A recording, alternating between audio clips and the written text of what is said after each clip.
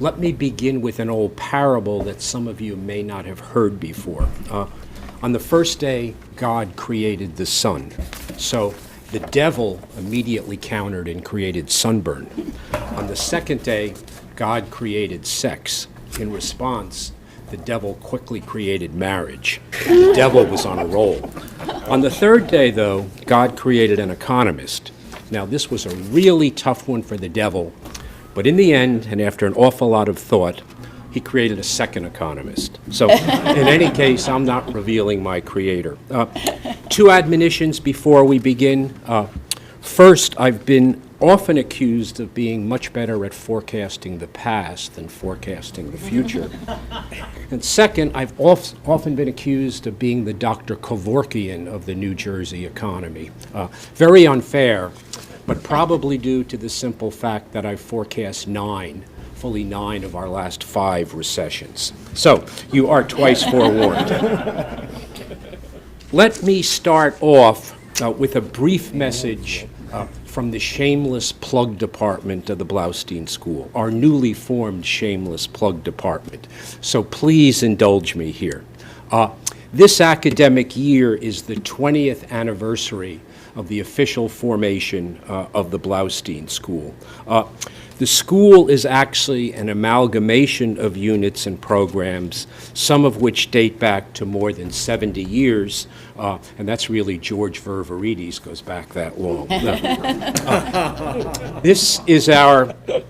No, George was actually, the program was created in 1946. It was a city planning option, and George graduated from that around 1959, 1960, 58. So he is really a classic and an icon, certainly, for New Jersey. This is our current headquarters, Civic Square in downtown New Brunswick, 33 Livingston Avenue. I know many of you have been there, right next to the State Theater. This is our 4th home since the inception of all our programs, and hopefully it's our final home. We're not going to move again. Now, the site of Civic Square was the old Arnold Constable department store. That's shown in the middle bottom of the slide. For those of you too young to remember, Arnold Constable was a very Tony department store, the elite retail facility in Middlesex County at the time. As you can see in the slide, you'd park on the roof, and then you'd take an elevator down into the main shopping level and the lower shopping level. And that is now the site of Civic Square. We replaced that facility. Thank you, Port Authority, for covering 1/2 of the total cost, $47 million. But that's a whole other story for another time and another place. The one problem with Civic Square is first-time visitors sometimes feel an unrepentant urge to shop and consume. It's probably because the ghosts of Arnold Constable still occupy the site. But the opening of Civic Square in '95 was just the start of our footprint in downtown New Brunswick. Across the street, on the right side of the slide, that's Heldrick Plaza. It now houses our John J. Heldrick Center for Workforce Development on the 2nd and 3rd floors. A close-up of the front and rear of Heldrick Plaza. We also have a 3rd footprint on the corner of Albany and George Street. This is Albany Street Plaza. I think as many of you recognize, our National Transit Institute occupies the 2nd floor of Albany Street Plaza. That provides training across the country for America's transit industry, and Congressman Rowe was instrumental in securing that institute for Rutgers, and so we still thank you. Our total federal funding to date now has exceeded $80 million, so it's been extraordinarily successful. So we have a lot of prime real estate in downtown New Brunswick, all accessible to public transit. Finally, the Planetizen rankings. This is the definitive ranking of planning schools, the 105 planning schools in the country. They were released this past spring, and as you can see, we were rated 3rd in the nation, ahead of some other universities such as Harvard, Penn, Berkeley, etc. So that was a nice anniversary recognition, and best of all, the rankings are good until 2014, so I don't have to worry about them for 2 years. So This is a celebratory year for us. We have many events scheduled. Please go to our website. You are invited to all of them. Okay, shameless plug over, back to the economy. My basic task this morning is to provide an overview of the long-awaited recovery in the nation in New Jersey. And it's going to take the form of 6 basic factoids and observations. Number 1, we are now moving forward at an accelerating pace, but employment deficits remain, deep employment deficits. Now, the Great Recession technically ended in June 2009. Thus, this March marks the 33rd month since the start of the recovery. I think more people in New Jersey believe in flying saucers than believe the recovery is 33 months old. In fact, I think more people in New Jersey believe they were abducted by aliens than believe the recovery is 33 months old. But 33 months it is. Now, one reason for this skepticism is the employment deficits that still confront the United States and New Jersey. And those deficits persist and will persist despite very encouraging job growth the past 2 years. So let's compare the national and state patterns. This slide presents the cumulative, each month, the cumulative private sector employment losses in the United States since the recession began. And if you look on the far right side, the far right bar, that's the actual deficit that exists in January 2012, which is the last month for which we have data. And I've ended it there because this was done Friday before the New Jersey revised data were presented. Each bar represents the total job loss remaining each month since the start of the recession in December of 2007.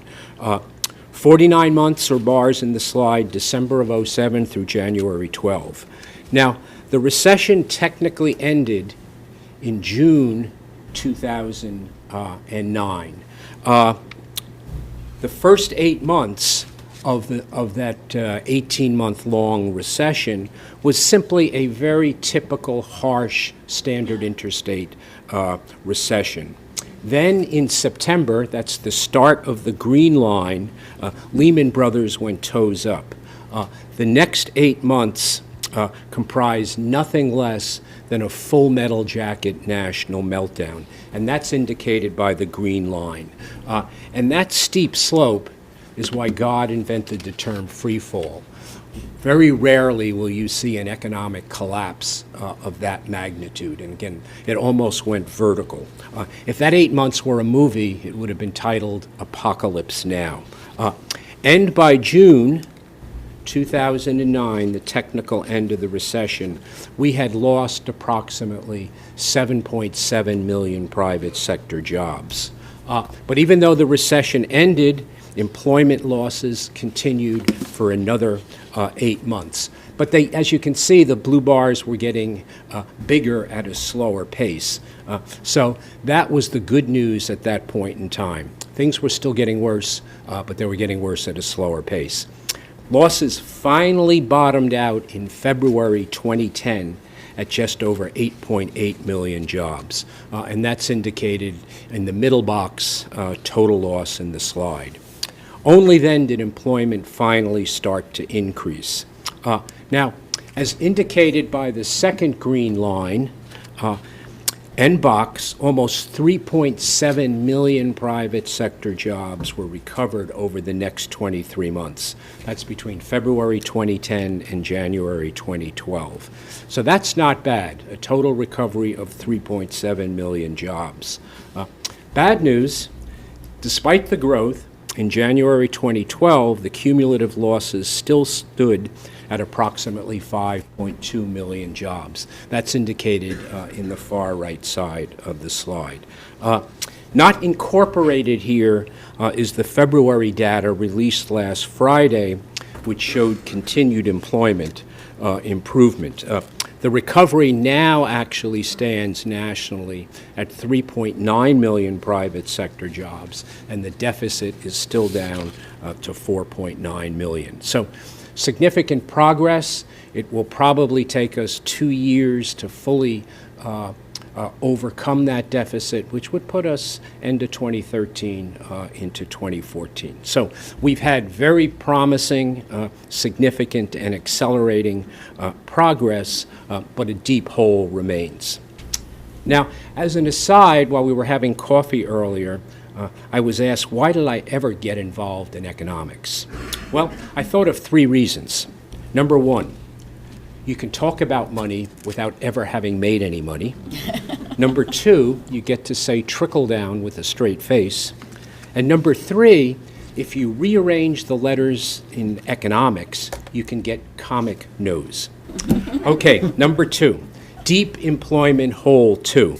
An equivalent relative situation exists in New Jersey. This is the same chart, but it's New Jersey private sector employment, and it's cumulative losses since February 2008 and January 2012.